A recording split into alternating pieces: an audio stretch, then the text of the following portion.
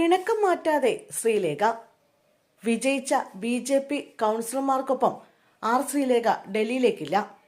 തദ്ദേശ തെരഞ്ഞെടുപ്പിൽ വിജയിച്ച BJP കൗൺസിലർമാർക്കുള്ള ഡൽഹിയിലെ സ്വീകരണത്തിൽ ശാസ്തമംഗലം കൗൺസിലറും മുൻ IPS ഓഫീസറുമായ ശ്രീലേഖ പങ്കെടുത്തേക്കില്ല. ഉച്ചയ്ക്ക് ട്രെയിനിൽ ഡൽഹിക്ക് പുറപ്പെട്ട കൗൺസിലർമാർക്കൊപ്പം ശ്രീലേഖ പോയിട്ടില്ല. അമ്മയ്ക്ക് ചില ആരോഗ്യ പ്രശ്നങ്ങളുണ്ട് എന്നതാണ് വിട്ടുനിൽക്കാനുള്ള കാരണമായി ശ്രീലേഖ നേതൃത്വത്തെ അറിയിച്ചിരിക്കുന്നത്.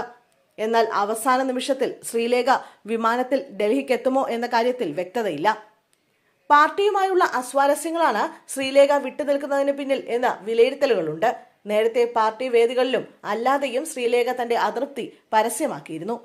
തിരുവനന്തപുരം കോർപ്പറേഷൻ മേയറാക്കുമെന്ന ഉറപ്പിലാണ് തദ്ദേശ തെരഞ്ഞെടുപ്പിൽ മത്സരിച്ചതെന്നും കൗൺസിലറാകാൻ വേണ്ടിയല്ല എന്നുള്ള ശ്രീലേഖയുടെ തുറന്നു പറച്ചിൽ BJP വെട്ടിലാക്കിയിരുന്നു. തിരുവനന്തപുരം കോർപ്പറേഷനിൽ BJP സംസ്ഥാന നേതൃത്വം മേയർ സ്ഥാനത്തേക്ക് ഉയർത്തിക്കാണിച്ച ശ്രീലേഖയെ അവസാന നിമിഷം മാറ്റിയാണ് VV രാജേഷിനെ പദവിയിലേക്ക് ഉയർത്തിയത്. കേന്ദ്ര നേതൃത്വം ഒരു തീരുമാനമെടുക്കുമ്പോൾ എതിർത്തു നിന്ന് പോടാ പുല്ലേ എന്ന് പറഞ്ഞ് ഇറങ്ങി ഓടാൻ പറ്റില്ലെന്നും ശ്രീലേഖ തുറന്നടിച്ചിരുന്നു. മേയർ സ്ഥാനം നൽകാതിരുന്നപ്പോൾ പ്രതികരിച്ച ശ്രീലേഖയ്ക്ക് മേയർ പദവിക്ക് പകരമായി വട്ടിയൂർക്കാവ് നിയമസഭാ സീറ്റ് വാഗ്ദാനം ചെയ്തിരുന്നുവെന്ന പ്രചരണം ഉണ്ടായിരുന്നെങ്കിലും പിന്നീട് ഇതിൽ ചർച്ചകൾ നടന്നില്ല. മാത്രവുമല്ല, വട്ടിയൂർക്കാവ് സീറ്റിനായി ഉന്നത നേതാക്കൾ തന്നെ അവകാശവാദം ഉന്നയിച്ച് രംഗത്തെത്തുകയും ചെയ്തിരുന്നു.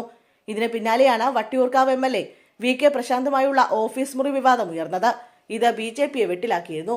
പാർട്ടിയോട് ആലോചിക്കാതെയാണ് ശ്രീലേഖ പല കാര്യങ്ങളും ചെയ്യുന്നത്. ഈ വിമർശനം ആ സമയത്ത് BJPയിൽ ഉയർന്നിരുന്നു.